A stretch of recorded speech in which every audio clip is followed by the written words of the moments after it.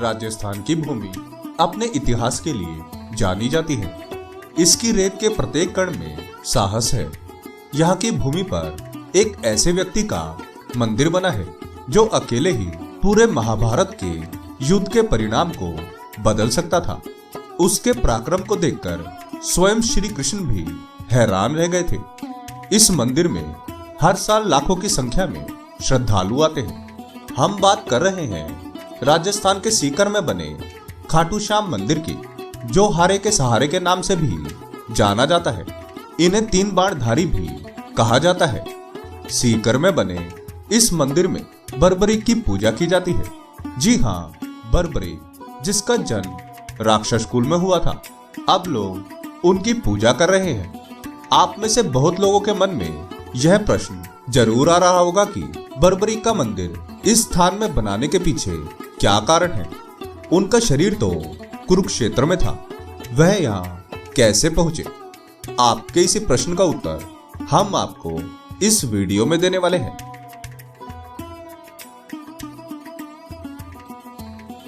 प्रणाम मित्रों, डिवोशनल अर्थ चैनल में आपका बहुत स्वागत है। यदि आपने अभी तक हमारे चैनल को सब्सक्राइब नहीं किया तो जल्दी से कर लें और वीडियो को लाइक करना ना भूलें। तो आइए शुरू करते हैं आज का यह वीडियो। खाटू श्याम के नाम से प्रसिद्ध यह मंदिर महाभारत काल के बर्बरीक का है। बर्बरीक भीम का पौत्र था।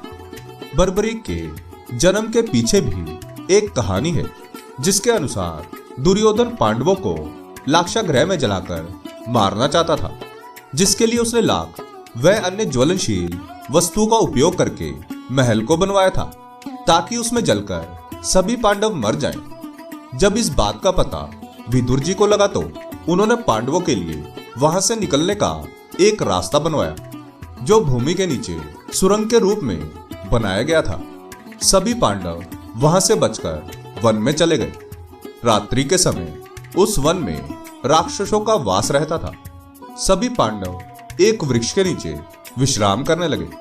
तभी राक्षसों के राजा हिडिंब ने उन्हें देख लिया और अपनी बहन हिडिंबा को उनको लाने के लिए भेजा। वह राक्षस उनके मांस का भक्षण करना चाहते थे। हिडिंबा ने जैसे ही भीम को देखा, वह उस पर मोहित हो गई और उसने सारी सच्चाई बताई।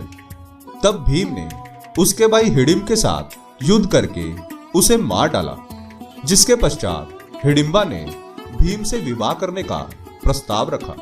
परंतु राक्षस कुल की होने के कारण भीम ने विवाह से इनकार कर दिया। तब हिडिंबा ने माता कुंती से आग्रह किया। माता कुंती ने इस विवाह के लिए स्वीकृति दे दी, परंतु उन्होंने एक वचन लिया, जब तक तुम्हें पुत्र प्राप्त नहीं होता, केवल तब तक ही भीम तुम्हारे साथ रह सकता है। हिडिंबा ने इसे स्वीकार कर लिया, जिसके पश्चात दोनों का गंधर्व विवाह हुआ। कुछ समय पश्चात उन्हें एक पुत्र की प्राप्ति हुई, जिसका नाम घटोत्कच रखा गया। घटोत्कच का विवाह कामकंटका से हुआ, जो दैत्यराज मुरा की बेटी थी। बर्बरीक उसी घटोत्कच और कामकंटका का पुत्र था। उसे मां कामाख्या से 3 दिव्य बाण प्राप्त हुए थे, जिसके उपयोग से वह तीनों लोकों में विजय प्राप्त कर सकता था। जब महाभारत युद्ध शुरू होने वाला था, तब बर्बरीक भी उसमें शामिल होने के लिए आया, परंतु उसकी एक प्रतिज्ञा थी कि वह उसी तरफ से युद्ध करेगा जो पक्ष हारने लगेगा, क्योंकि उसने अपने गुरु को वचन दिया था। इस कारण भगवान श्री कृष्ण चिंतित हो गए, क्योंकि यदि पांडव युद्ध में जीतने लगते तो बर्बरीक कौरवों की ओर से युद्ध करता और यह युद्ध कुछ ही पल में समाप्त हो जाता। बर्बरीक की शक्तियों को देखने के लिए श्री कृष्ण उनके पास गए और बर्बरीक से शक्ति प्रदर्शन करने को कहा। तब बर्बरीक ने अपनी शक्ति का प्रदर्शन किया। बर्बरीक ने एक पीपल के सारे पत्तों को लक्ष्य साधकर बाण चला दिया। श्री कृष्ण ने उसी पीपल का एक पत्ता अपने पैरों के नीचे दबा लिया, ताकि उसकी परीक्षा हो सके। सभी पत्तों को भेदने के बाद बाण श्री कृष्ण के पैर के पास आकर रुक गया। तब बर्बरीक ने श्री कृष्ण को अपना पैर हटाने को कहा। जैसे ही श्री कृष्ण ने अपना पैर हटाया, उस पत्ते में भी छेद हो गया। यह देखकर श्री कृष्ण को बर्बरीक की शक्तियों का आभास हुआ, जिसे देखकर श्री कृष्ण को यकीन हो गया कि यदि पांडव युद्ध जीते और बर्बरीक उनके विपक्ष में युद्ध करेंगे तो सत्य पराजित हो जाएगा। तब श्री कृष्ण ने कूटनीति से बर्बरीक का शीश दान में मांग लिया। बर्बरीक ने अपना सर काटकर श्री कृष्ण को दे दिया।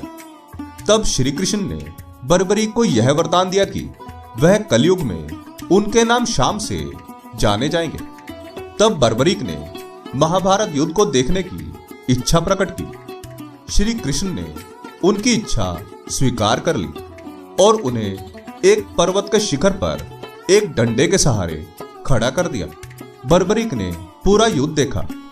पौराणिक कथाओं के अनुसार युद्ध समाप्ति के पश्चात भगवान श्री कृष्ण ने बर्बरीक के शीश को आशीर्वाद दिया और उसे रूपावती नदी में प्रवाहित कर दिया।